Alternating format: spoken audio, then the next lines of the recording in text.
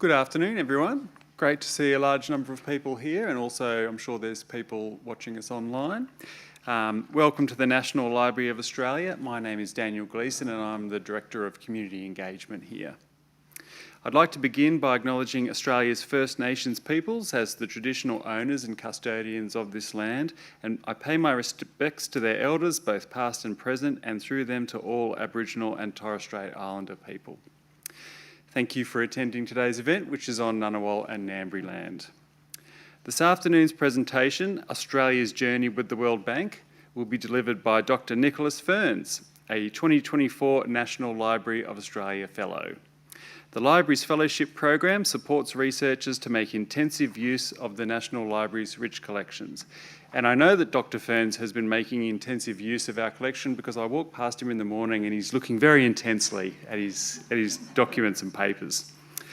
National Library of Australia Fellowships are made possible by generous philanthropic support. Dr Ferns' fellowship has been supported by the Stokes family, and we're grateful to them. Dr Nicholas Ferns is an Australian Research Council DECRA Research Fellow in History at Monash University.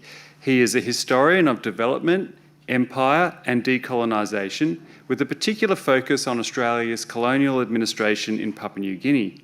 His first book, Australia in the Age of International Development, 1945 to 1975, was published in 2020.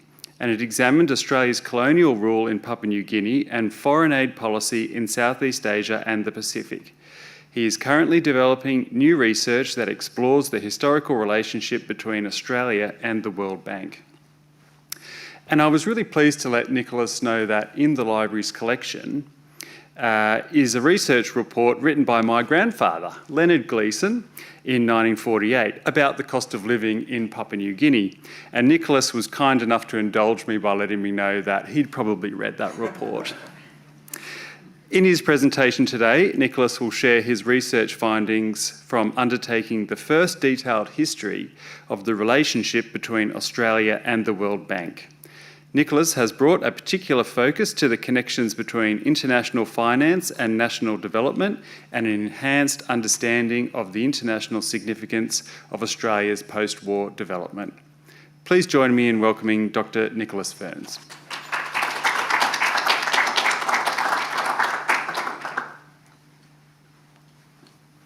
Thank you, Dan, for that very generous welcome.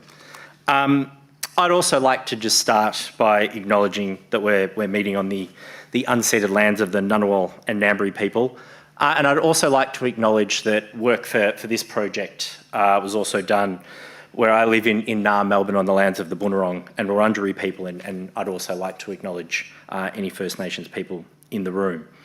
I'd also like to start by thanking the Stokes family for their generous funding for the fellowship, and also a big thanks to the fellowships team, particularly Sharon and Simone, who I've been in contact with over the past 9 months or so, and to everyone in the library for their help with access to sources and resources and all sorts of things. I've repeatedly told friends and colleagues of the kind of wonderful job that the NLA does, making me feel very welcome and feel very special as a fellow. So when one thinks of the World Bank in 2024, if one is inclined to think of the World Bank in 2024, the images that come to mind are like the one on the screen. Over the past 3/4 of a century, the World Bank has presented itself as the preeminent international organisation in the field of international development. While its policy brief has evolved over time, since at least the late 1960s, the bank has sought to alleviate poverty throughout the world, with its current mission being, and this is on its sort of homepage, to, quote, create a world free of poverty on a livable planet. In keeping with that mission, the World Bank provides funds to promote development throughout the global south in the fields of health, social protection, and, as you can see on the screen, education. While there is ongoing debate over how effective the World Bank is in achieving those goals, and I'm not going to get into that debate today, it's clear that the bank is most active in its engagement with the poorer parts of the world. This was not always the case.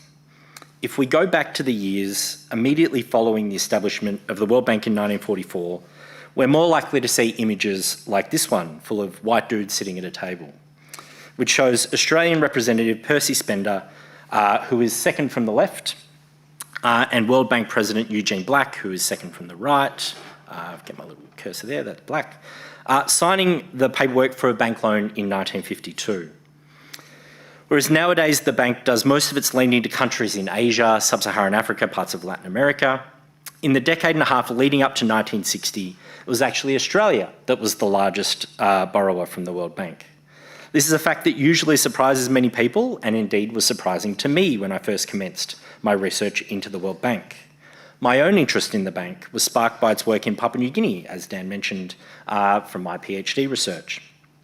And while that's something I'm still interested in, that's going to be a part of the bigger project, I spent most of my time on this fellowship trying to better understand the loans received by Australia in the 1950s.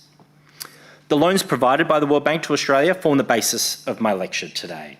As I just mentioned, throughout the 1950s, Australia was one of the largest recipients of bank loans, receiving over $400 million between 1950 and 1962. With inflation, this figure is roughly $4.7 billion today. This money was used to promote Australia's post-war economic development program, which largely revolved around improvements in agricultural machinery, infrastructure such as roads and transport, as well as electricity production. Later loans were also directed towards specific projects, such as the first jet aircraft for Qantas, and in 1962, funds for the Snowy hydroelectric scheme. The World Bank provided vital US dollars that were necessary to pay for equipment and personnel to assist with these development projects. Throughout my 3 months here at the National Library, I've gone through copious amounts of correspondence, obviously pulling very serious faces while I do it, drafts of policy material and speeches, all of which have helped me to better understand this period. And so my goal in this lecture today is to tell the story of Australia's engagement with the World Bank in the 1940s and 1950s, while also providing what I think are interesting examples from my fellowship research. So over the course of my fellowship, my time in the Special Collections Reading Room has been divided looking at two different kinds of people. The first have been some of the key politicians who were responsible for deciding Australia's relations with the World Bank and economic policy in the 1940s and 50s. I've looked at material from both sides of politics, with some of the key figures being Labor politicians like Eddie Ward and Jack Dedman, alongside other politicians such as Robert Menzies, Percy Spender on the screen there, and John McEwen. The papers of these individuals have been essential in going beyond the official sources on government policy housed in the National Archives down the road. The other group of people have been some of the key economic thinkers in Australia in the mid-20th century, many of whom left behind huge collections of material. Many of them are the sort of floating heads in this newspaper clipping from the papers of Douglas Copeland, who was another prominent economist that I'll mention quite often in this lecture. These experts drifted between government service and university research, but were always closely connected between the two worlds.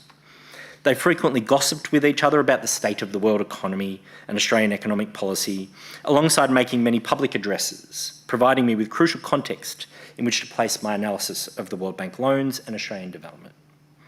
Combining the sources produced by these two groups is crucial to further my understanding of the workings of Australia's economy in the middle of the 20th century. But before getting into the discussion of the loans, it's first necessary for me to discuss the establishment of the World Bank and Australia's debate over whether it should join the organisation. In the US summer of 1944, while the Second World War was still being fought, Bretton Woods, which is a pleasant resort town in New Hampshire, hosted representatives of 44 countries, including Australia. The objective of the Bretton Woods Conference was to create an institutional basis for reconfiguration of the global economy, the collapse of which during the 1930s was seen by most observers as a major cause of the Second World War. This reconfiguration was directed by British and American experts, most notably John Maynard Keynes and Harry Dexter White, whose proposals form the basis of the Bretton Woods Agreement signed on July 22, 1944. The International Monetary Fund, or IMF, which was and still is responsible for maintaining international monetary stability, and its twin, the International Bank for Reconstruction and Development, more commonly known as the World Bank. I won't get into the kind of minutiae of the World Bank group, but The IBRD, which was created to provide funds to countries in need of assistance in post-war reconstruction or development programs, were the key products of the conference. Each of these organisations were to be funded by a national quota, which was agreed at the conference and which also informed voting power in the IMF and IBRD. The US, as the wealthiest and largest contributor of the system, had around 30% of the vote, while Australia had just over 2%. So the dominance of the US is kind of built into the system. This is a key moment of the US emerging as the sort of dominant power in the global economy. Australia was an active participant at Bretton Woods, working alongside New Zealand and other Asian countries such as India and China to ensure that concerns surrounding development were addressed. For Australia, this intersected with the Curtin Labor government's position that a commitment to full employment be made part of the Bretton Woods system.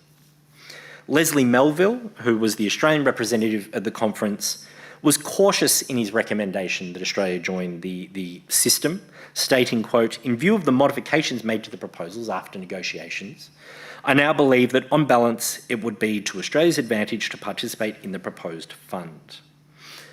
As an aside to early discussions over the initial reaction to the Bretton Woods Agreement, it was largely accepted that Australia's interest in the World Bank was indirect, as there was little prospect of Australia becoming a borrower. Given this lukewarm approval from the Australian representatives at Bretton Woods, it's perhaps unsurprising that ratification would attract debate back home. While the World Bank was fairly uncontroversial, the future IMF was a much more divisive topic. The most outspoken opponent of Bretton Woods actually came from within the Chifley government, with Chifley having succeeded Curtin following his death in 1945, in the shape of Eddie Ward, Minister for Transport and External Territories. Anxious about the supposed dominance of American financial interests, which was undoubtedly partly shaped by the lingering impacts of the Great Depression, Ward was staunchly opposed to Australia joining the Bretton Woods institutions. In a 1946 ABC broadcast, Ward proclaimed that the Bretton Woods institutions, by which he mainly meant the IMF, would, quote, "enthrone a world dictatorship of private finance more complete and terrible than any Hitlerite dream." Strong words. He accompanied this evocative point with claims that Bretton Woods meant a return to the gold standard and that signing would mean Australia relinquished its economic sovereignty. And just for sort of interest, the image on the right is a small notebook of Ward's handwritten notes on the Bretton Woods Agreement, which I found in the collections a couple of weeks ago, actually, which was sort of really interesting to see him drawing on what Melville has to say about the agreements and so on. These concerns about Bretton Woods were shared by other Australians who came from a variety of backgrounds and political positions.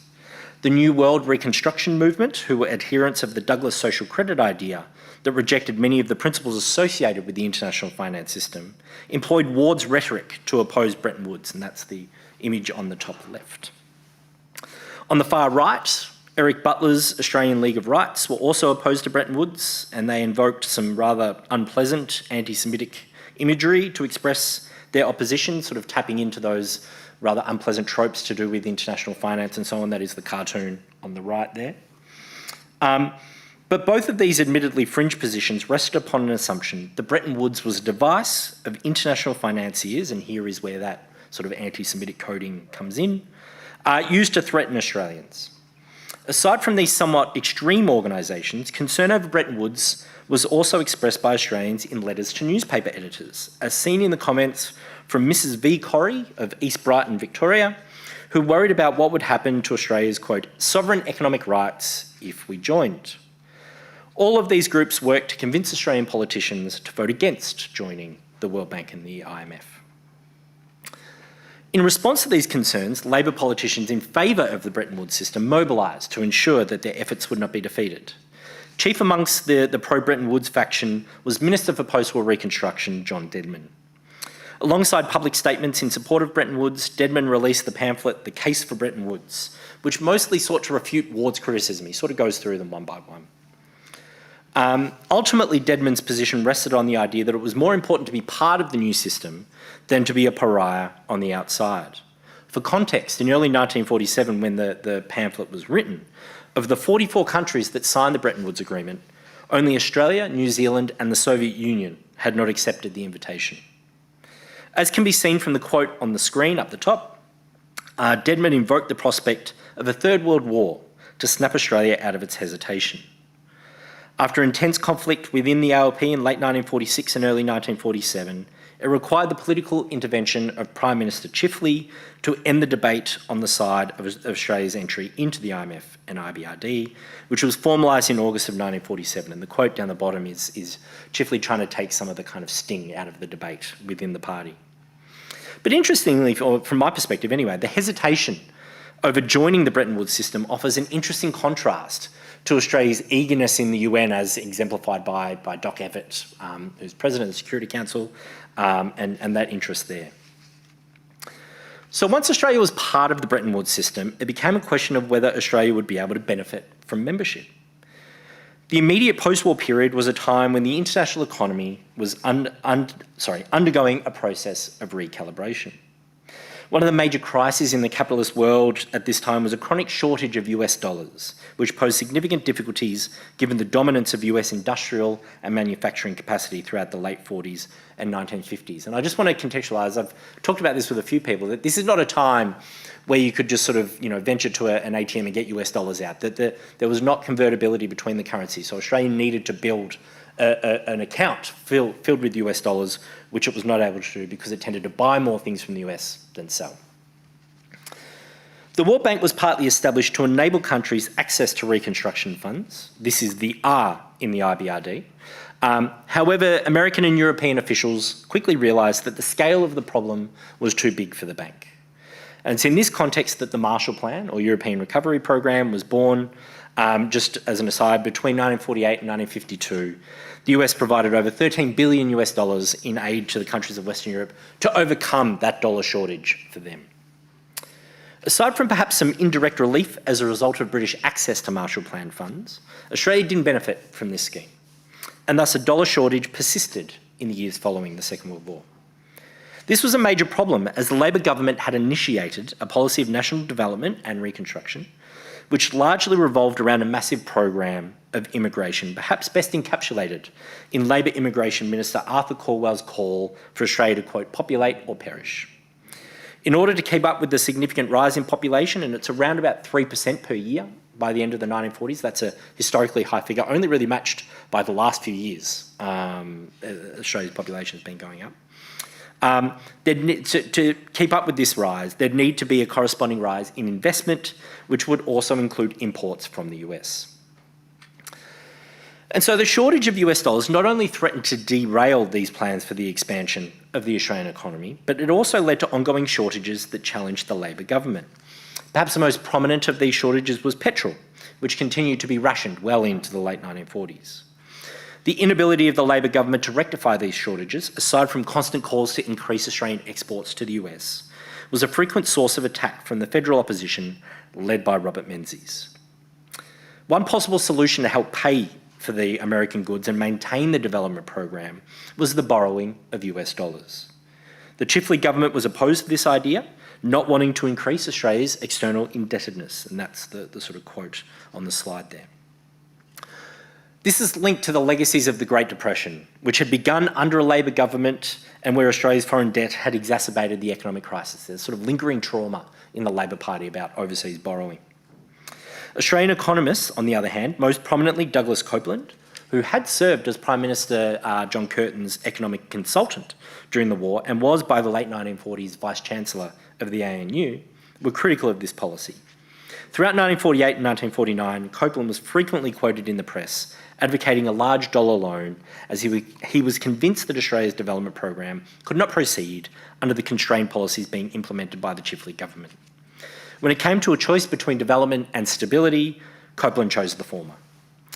These recommendations largely went ignored by the Labor government, and aside from a small $20 million drawing from Australia's IMF reserves, the Chifley government made no attempt to borrow in the American market or from the World Bank.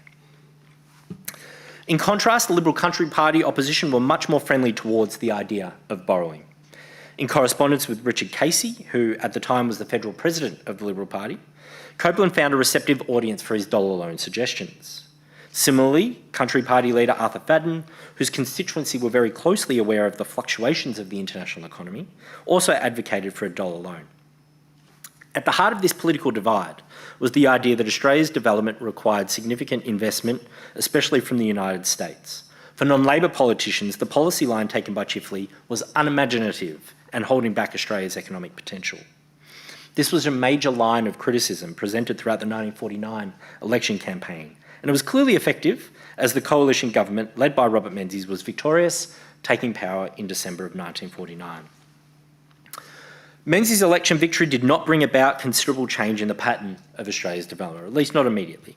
While there was a ramping up of anti-communist rhetoric, the general trajectory of Australia's economic growth didn't really change. For the new coalition government, the development meant continuing and even ramping up the massive immigration program, investing in improvements in agriculture and industry, and finding new ways to, quote, exploit Australia's natural resources. One way of understanding the new government's attitude towards development can be seen in the image on the slide there, which I found in the papers of Menzies' first Minister for External Affairs, Percy Spender, who was the person on the cover photo. This kind of map, which was fairly typical of the time, gives an insight into how the government, alongside economic experts, perceived Australia's wealth. Agricultural and mineral resources were expected to provide export income that could then pay for the development program that was envisioned for the 1950s. I quite like this map because of the kind of cute icons of cattle and sheep and so on, but it also gives a sense of how Australia was perceived as this kind of source of exports that came from the ground somehow, whether it was wheat or mineral resources and so on. There's no people in this image, let alone Indigenous people that live in most of the parts of the country that are there. And I think it's a telling image of how Australians perceive, then maybe in some ways still perceive Australia's economy and so on. So as I pointed out before, the new government accepted that overseas borrowing would be necessary to enable these development plans. And it's here that the World Bank becomes a major part of our story. In June and July of 1950, around about 6 months after his election, Menzies visited the United States with one of his major objectives to secure a dollar loan. Indeed, the fact that the Prime Minister was tasked with this role indicates the significance of the World Bank negotiations. The Australians had several options when it came to obtaining American loans, the most prominent of which were the commercial market, the US Export-Import Bank, and of course the World Bank. After a series of departmental discussions, the World Bank was identified as the most attractive option and informal negotiations were initiated. In Washington, Menzies discussed Australia's predicament with American leaders, including Secretary of State Dean Acheson and President Harry Truman, who, according to Menzies, pledged, quote, to do all in their power to help us in the problem of dollars for development. Menzies also, quite cleverly I think, indicated to World Bank officials that he was actually most keen to get funds from the Export-Import Bank, and he kind of played the institutions off against one another to get the best deal. After some brief discussions, however, Menzies managed to develop a close relationship with World Bank President Eugene Black and was able to secure an immediate loan of $100 million as part of a 4-year, $250 million series of loans to support Australia's development program. These funds were mostly used to buy American machinery and plant to be used in agricultural and industrial projects. NLA collections provide a fascinating insight into this episode, as Menzies was able to leverage his relationships with powerful Americans to achieve his goals. Upon his return to Australia, Menzies wrote to prominent businessman Clive Ballieu, which is the image on the left, to mention the, quote, remarkable reception that he received in Washington. The Prime Minister also wrote to Acheson and Truman, thanking them for their help in securing the loan. Truman replied, expressing friendship, and that's the letter on the right, expressing friendship for Menzies and Australia, and also acknowledging the economic value of the trip. It must also be mentioned that Menzies' visit to the US coincided with the beginning of the Korean War, which Australia quickly committed troops for. And so Truman's appreciation of Menzies can also be seen in sort of through a Cold War lens as well. Aside from the high-level correspondence of prime ministers and presidents, the NLA collections also offer insight into the workings of the officials involved in negotiations between Australia and the World Bank. So, for example, in this letter from Australian official Colin Moody to Douglas Copeland, which is on the right, and there's an excerpt sort of quoted on the screen because it's hard to read, Moody reflected on the hard work done by the Australian delegation in Washington. The comments about the bank needing to, quote, provide themselves with enough material to distinguish the Australian loan from other countries speaks to the ease with which Australians were able to navigate the American-led international finance system. The Australian representative leveraged their membership of Anglophone business circles to arrange a loan in 22 days, when it took other countries significantly longer to obtain a large loan from the bank. I can't explain how uncommon it was for a World Bank loan to be negotiated in roughly 3 weeks. That was unheard of at the time. We'd all like to go to the bank and arrange a loan in 3 weeks, I think. Indeed, while in the World Bank archives in Washington, DC earlier this year, I found a letter between bank official Sydney Cope and Australian Treasury official Frederick Wheeler, referring to, quote, the Australian loan legend, which emerged out of this event. According to Cope, so according to the World Bank official, after the announcement of the Australian loan, Brazilian officials rushed to the bank asking for an Australian-style $100 million loan, but were quickly rebuffed, with Cope indicating, quote, that less fortunately situated borrowers, read into that what you will, I'm sure there's a racial element to that. There's also questions about Latin American ability to pay back debts and so on, that they were wasting their time in trying to emulate Australia. This kind of interaction reveals the role of personal relationships and pre-existing perceptions in shaping the work of the World Bank. I think it also points to some of the prejudices that operated within the World Bank, which Australian officials were pretty capable of exploiting in dealing with the American and European officials at the time. So in the decade following the first $100 million loan from the World Bank, Australia obtained another 6 loans, as I said before, reaching a grand total of $417 million. The products obtained with these funds range from items that were used to further Australia's agricultural development, but also were used to sort of assist various businesses in building their manufacturing capacity. Two of the earliest examples of companies that benefited from World Bank assistance were Heinz and General Motors Holden, whose Victorian and South Australian factories contain equipment paid for by the World Bank. In the Menzies papers, I found correspondence between the Prime Minister and Heinz executive, which raises some interesting questions about how decisions were made of where the funding would go. Two of the later loans, so the 1956 loan, that $9.2 million loan, was used to buy the Qantas's first jet aircraft, so the World Bank helped to pay for that. And the $100 million loan in 1962 helped to pay for the Murray No. 1 station of the Snowy Mountain scheme. I'll just briefly sort of make sense of these numbers on the table here. That the agriculture line, for the most part, is tractors that were used to sort of modernise Australia's agriculture. This isn't the government buying tractors and sort of doling them out to farmers. What the process was that Australia was given access to these US dollars, and farmers or businesses would apply for licences to be able to buy goods from the United States that they wouldn't otherwise be able to do. So the railways funding is for new locomotives, diesel locomotives that were built in the United States. The mining equipment was largely earth-moving equipment. The industrial development one is the interesting one from my perspective, because that is where you get GMH. Ford, also in Geelong, had some machinery that was bought from the United States that enabled them to sort of manufacture cars. Similarly with road transport, it's equipment to be able to build roads and so on. And the sort of air transport, the bigger loan, is another series of aeroplane, not jets, but sort of aeroplanes for Qantas. And so I guess the point there, I'm not going to dwell on the numbers for too long, but while the numbers are relatively small in the grand scheme of Australia's sort of general wealth and so on, these purchases were sort of fundamental to be able to enable Australia to kind of maintain the sort of process of its development. I'm going to unpack that shortly. So as I've just sort of hinted at, these loans formed a necessary part of the rapid development of the Australian economy in the 1950s. This was recognised by Australian economists such as John Crawford, who in 1958 stated that, quote, "Our loans from the International Bank have been vital in post-war development, especially rural development."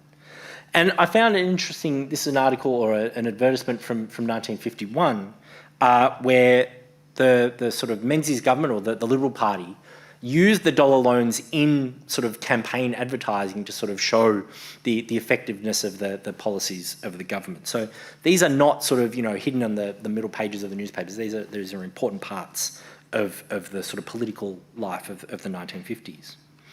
But I do want to sort of acknowledge that Australia's post-war development was not just a result of these loans. The wool boom associated with the Korean War fueled significant expansion in the Australian economy, and the ongoing effect of post-war migration was decisive. Nevertheless, I think these loans helped to sort of build up, break bottlenecks that enabled that ongoing process of development. One other part of the process of obtaining loans from the World Bank involved visits from World Bank officials to Australia. And the first one was in 1952, where World Bank President Eugene Black visited Australia, sort of, rekindled, if you will, his friendship with Menzies. They visited one another. He also met with government officials, visited a New South Wales sheep station to see some of the machinery at work, and he left Australia anxious, quote, to help Australia and keep financing development. This visit also, as I said, sort of furthered the personal connections, and I think it's not going too far to suggest that there was a friendship between Black and Menzies. In his papers, Menzies' papers, found an interesting letter from 1958, or an interesting piece of correspondence, when in 1958, Menzies enlisted the support of Black to help get former Australian Open tennis champion, Victor Seixas, a job at Goldman Sachs. Pretty good references there. And so I think this is just a really interesting part of the role of personal relationships that I think and this is, a sort of comment on certain kinds of scholarship, but this is not just a nation state and an organisation. These are sort of individuals engaging in a relationship. Australia's economy, more broadly, society underwent considerable change throughout the 1950s. Few people were more involved in this process than John McEwen, who was Minister for Commerce and Agriculture and then Trade throughout the decade. McEwen's papers are full of reflections and sort of comments on Australia's development, and here's just one example where he after 10 years of coalition government, he sort of reflected on the achievements, and one of the big achievements was by breaking the bottlenecks in supplies, by getting loans from the International Bank and so on. There's an interesting dimension here that people like McEwen frequently talk about Australia as a kind of developing country at this time, and I think the fact that Australia's borrowing from the World Bank can be seen as a point supporting that claim. But again, this is one of those points that flies in the face of how we perceive who borrows from the World Bank, to go back to the sort of opening point that I kind of made. But Australia was a prominent borrower. This is just some little asides that I've sort of worked through. So while the NLA's materials provide considerable evidence of the economic impacts of the relationship between Australia and the bank, I found some interesting sources that highlight the relationship's cultural and political dimensions. One of the more amusing, at least from my perspective, I found it amusing, impacts that I found while looking through the newspaper collections on Trove was in the greyhound results in 1953 in race 2 at Wollombi, which I learned on Monday, I googled it, is in the Hunter region. I'm from Victoria, I don't know New South Wales geography very well. A dog named Dollar Loan got the win. And I'm not sure I can think of a better way to describe the cultural impact of a World Bank loan than a greyhound. If this wasn't enough, there was also a horse that raced in the late 1940s named Bretton Woods. But my brief search of results suggested it didn't really win many races, and there's a historical lesson in there somewhere about dollar loans being more successful than Bretton Woods, but I won't get into that. That's about as nerdy a joke as I've ever told. Politically, I've already mentioned the high-level relationships that have been revealed in my research, but there have also been other interesting finds. So, for instance, Douglas Copeland, who was constantly beating the drum, even after the first loans, he thought Australia needed to borrow more, wrote a letter in 1955 that made an interesting connection between borrowing US dollars and Australia's participation in major post-war events such as the Japanese Peace Treaty. Interestingly, Copeland wrote this while he was High Commissioner to Canada, so he wasn't exactly isolated from political affairs. He'd also been representing Australia in the UN. And his comments, in my opinion, raised fascinating sort of insights into whether Australia could have extracted more from the US for its support in the early Cold War period. And indeed, I think we can think of this as part of a longer history all the way through to today about whether or not the Australia-US relationship is sort of whose interest is it in, and so on. I've also found some other interesting discoveries. There's just a few little bits and pieces before I get to my conclusion. One example is John Crawford, who was an economist. I think he was Vice Chancellor at the ANU. But he also consulted for the World Bank in India and Iran. He was a major international agricultural expert. And just there was several boxes on his consulting in Iran in the 1970s, which involved him meeting the Shah, where the Shah had very, very clear opinions on how Crawford and the World Bank could assist Iran in becoming a world leader in agricultural production. But in what I found to be a thoroughly unsurprising outcome, nothing really came of the Shah's grand plans, and he was deposed several years later in the famous 1979 revolution. Furthermore, while it hasn't been part of the brief of my fellowship, I've also been able to find some really interesting material relating to the World Bank's work in Papua New Guinea, which really kicks into gear in the early 1960s. And so the papers of people like Crawford and Copeland, but also long-time Minister Paul Hasluck, have some important material on the role of the World Bank in PNG, and I'll be using that for my book. I think it's going to, well, I'll come back. All right, so now I'm just mindful of the time. I'll just present some concluding thoughts. For Australia, World Bank assistance was vital to maintaining its high standard of living after the Second World War. In government circles, the press, and amongst Australian academics, there was broad consensus that the World Bank loans facilitated the ongoing success of Australia's ambitious post-war development program. The comments made by people like Copeland and McEwen throughout the 1950s suggest, in a way, a degree of anxiety over the maintenance of the post-war development program. And I find this interesting because it's commonly held that the decades after the Second World War are the kind of economic boom that helped to establish Australia's status as a wealthy, developed country. Indeed, Ian McLean, in his book Why Australia Prospered, presents the 1950s as a, quote, golden age of Australian growth. What I've found over the course of my fellowship and research more broadly is that while growth certainly occurred, it's only in hindsight that we can see it as a time of optimism and confidence. There was always concerns about balance of payments issues, inflation, all these sorts of things. It's also clear that the relationship between Australia and the World Bank was a productive one. The fact that Australia sought further World Bank loans at the end of its first sort of $250 million series is further evidence of the importance of the bank to Australia's economy. While other factors may have influenced the post-war economic boom more, the World Bank loans are a crucial part of this story. And I think there's also an element in this sort of aspect of the project that speaks about Australia moving more closely into the American financial orbit and away from Great Britain, the kind of reliance on dollars rather than sterling as this major currency. And finally, I think the early World Bank loans to Australia also allow us to understand the early work of the World Bank. In its first few years of operation, the bank was most concerned about ensuring that its loans were financially sound. And that's a very sort of loaded phrase of who is a sound borrower. A lot of racial, cultural assumptions go into that sort of a concept. And I think the World Bank can be described as a fairly conservative institution. Indeed, in the official history of the World Bank, one of the official histories written in the 1970s, they present the $100 million Australian loan as a sign that the new president, Eugene Black, was more willing to be expansive with regard to lending. While this is certainly true, it's also clear that Australia fit clearly in that sound borrower category.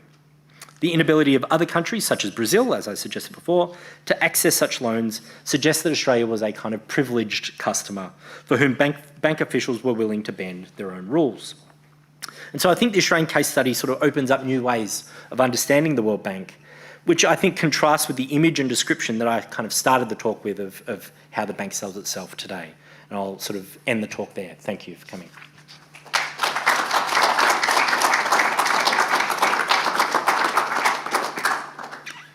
Thank you so much, Nicholas. That was really fascinating, really interesting. I didn't want it to end. Has anyone got any questions? Because we have some time for questions. Now, if you do have one, put your hand up and wait till the microphone gets to you, because we'll be, of course, we're streaming this online and would like people to hear your question. In the middle. There was one in the middle. Yeah.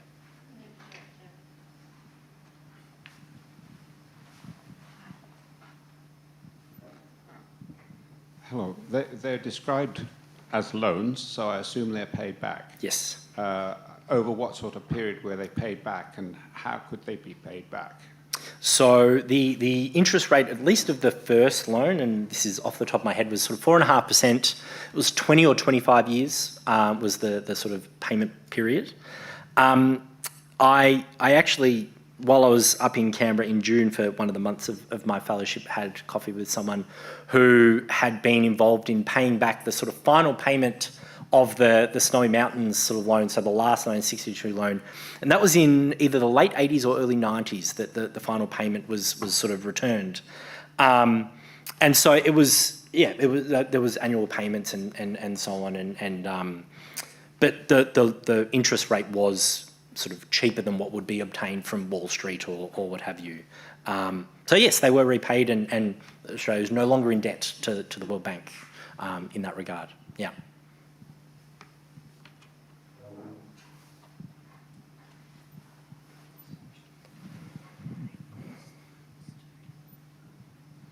Hi, thanks for that talk. Is that on? Yeah. That was really, really interesting. One of the things you talked about was sort of, well, two questions.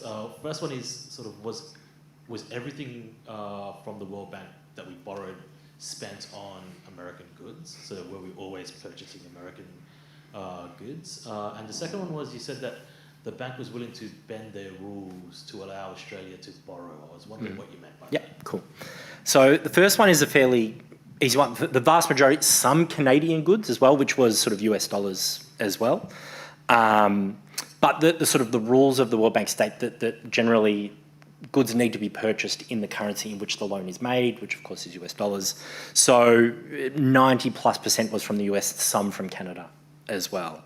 In terms of bending the rules, it's really that first loan in 1950 where the rules are very much being bent, in that Black basically went to the board and said that, you know, we should encourage this $100 million loan. Part of it was because the bank was trying to establish its own credit rating in Wall Street, so it wanted safe borrowers, and Australia definitely was one of those. And so normally loans would require a process whereby there would often be a visit by the World Bank to the country to say, you know, what are you going to spend, what projects are going to be using the money to build.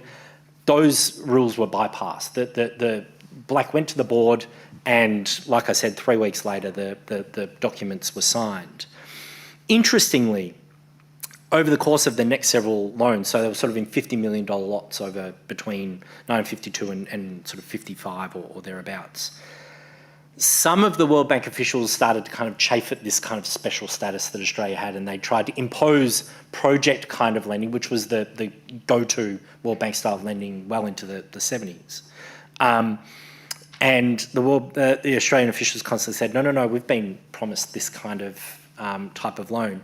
So basically, Australia was given the first loan of $100 million. Australia, it was up to them what the money would be spent on, which is generally not how the World Bank sort of, and definitely not how it does it today. And it was only in the sort of early 50s that there started to be negotiations, and Australia sort of went through the motions and said, okay, we will allocate, you know, $5 million to industrial development projects, but we get to decide what they look like, and so on. It's only really the Qantas loan and the Snowy Mountains loan in the 50s and 60s that correspond more neatly to a conventional World Bank loan, that, you know, you are giving money for this hydroelectric scheme, it will generate development in this kind of a way. Before that, it was just sort of almost balance of payment sort of loans that were being issued. Yeah.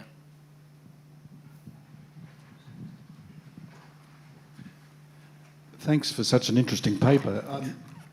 I'm just wondering, were there any Australians working inside the World Bank during the period you covered? I mean, decades later, of course, we produced James Wolferson, the president, but just wondering about your own period of research.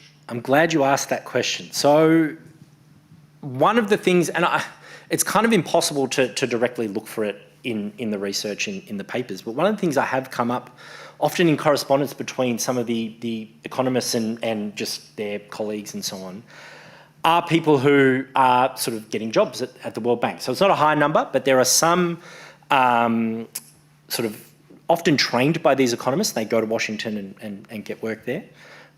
So there's at least a couple that I came up in my research up here where they were there. Not a huge number, but another interesting point is the consulting for the World Bank. So Crawford, I mentioned.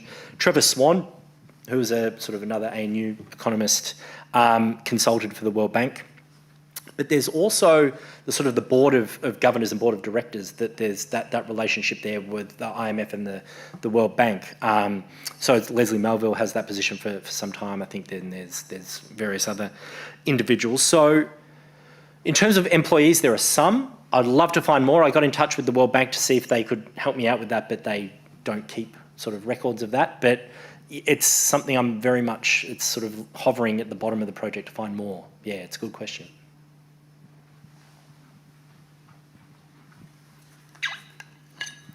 Thanks very much. A really interesting talk. I've got a couple of questions. One is to do with the World Bank's loans or lending in support of the Snowy Mountain Scheme.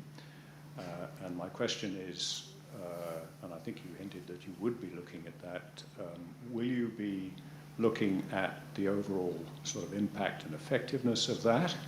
That's one question. The other, which is a little bit from left field, Australia shared a constituency at the World Bank particularly with New Zealand and then with some other countries later on. Will you be looking at this question of essentially the viability of the Australian constituency? Because in order to maintain a viable constituency at the World Bank, where you share essentially representation with other countries, you have to have a certain percentage overall in order to justify having a seat. So along the way, we sort of acquired Korea, which was pretty interesting. And then we also acquired Papua New Guinea and a few, but not all of the countries of the South Pacific, and latterly Mongolia. So it's a very mixed bag as a constituency. So if you were actually representing Australia in the constituency, you had to take into account also other things. So a couple of questions. So I'll start with the first. Actually, no, I'll start with the second one. That point about constituencies it's not necessarily something I've sort of focused on writing about necessarily, but it has come up quite a few times. And two sort of points come up to mind. First is that South Africa is part of Australia's constituency, at least in the 50s. And even I think the Netherlands might be as well. I think there's a Europe and Australia. So again, there's a sense of how Australia is perceived as sort of European and so on. So that's part of it. I find that an interesting sort of dynamic because, of course, South Africa gets some loans, but South Africa is a major producer of gold, which is a big part of the Bretton Woods system. The other point about constituencies is that it comes up in the debates about whether or not Australia should join. And part of the critique is that the US has overwhelming sort of voting rights. And where it does come up is there is a kind of assumption, or at least it comes up, of there being a kind of Commonwealth or Empire voting bloc. Even if they're not in the same constituency, if you add them together, they kind of equal the American bloc. As time goes on, that bloc is not very unified, and so that idea doesn't really come to mind. So I think that's an interesting dynamic, that Australia doesn't have a huge amount of power in these sorts of, in that voting system particularly. So I think, yeah, it's a good point. I think there might be more to make of that. Going back to the Snowy, there's a couple of points to make to that. One, the Snowies gets brought up in all of the loan conversation, going back to the late 40s and early 50s. There's always this element, the Snowy is the kind of archetypical development project that Australia is undergoing in the sort of middle part of the 20th century. Part of the point about these loans is that while the earliest loans before the $100 million isn't necessarily going directly to the Snowy Mountain Scheme, it frees up US dollars to be able to buy. These loans are fungible. You can use the money. It frees up imports to build that. So I think there's that sort of aspect to kind of think about. But I am very much interested in that kind of economic impact of the Snowy Mountain Scheme. I haven't quite gone up to sort of looking at it too closely. Because as a historian, I mean, the Snowy Mountain Scheme is always, predominantly seen through the prism of migration and culture, and that is a major important story. But I think the kind of the economic, the development kind of story there could be unpacked, and I think this is a way in to that sort of story. It's a good question. Yeah, thanks.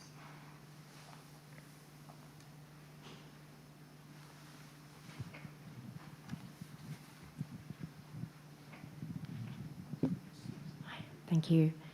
A fair amount of effort in our contemporary engagement with the World Bank is to ensure that its institutional centre of gravity does not leave our region behind. To what extent, at time of joining, was the consideration of, say, post-war New Guinea and our broader regional considerations part of that calculus, or was it purely domestic? Very, very domestic. So there's a couple of ways into that. First is in the discussions after the first loan in 1950. The Territories Department, which had responsibility for administering PNG, the Secretary of the Treasury Department wrote to the Secretary of the Territories Department, wrote to the Secretary of Treasury and saying, is any of this money going to come to assist us in developing PNG? And Treasury almost laughed them out of the room.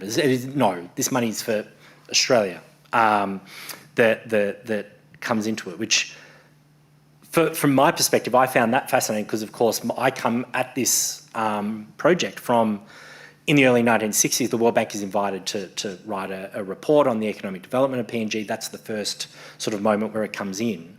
But what complicates the story with the World Bank and PNG in particular is, and this is a story really into the 60s and 70s, is that just as Papua New Guinea, the Australian sort of officials, ministers, responsible for policy in regard to PNG, just as they start to think, well, maybe the World Bank can assist us in that. And there are some loans given to PNG while Australia is responsible.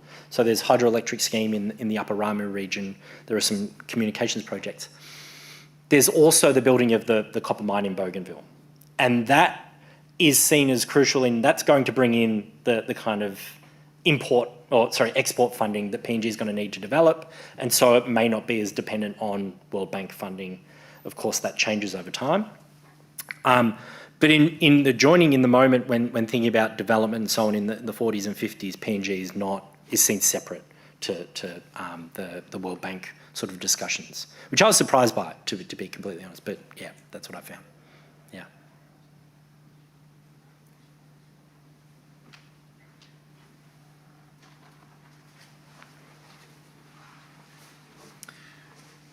Well, thank you very much for those questions. As we draw to a close, I've got a couple of plugs. So, of course, if you enjoyed that, we have fellowship presentations running all year, and they'll kick off again in 2025. Can't believe it's that time of year already. Keep an eye on our website. Look at the events page if you want to see what topics we have coming up. And of course, if you want to check out any of our previous fellowship presentations, you can see those on the library's YouTube channel. Thank you so much for coming today. Please join with me in congratulating Dr Nicholas Ferns for today's fascinating presentation.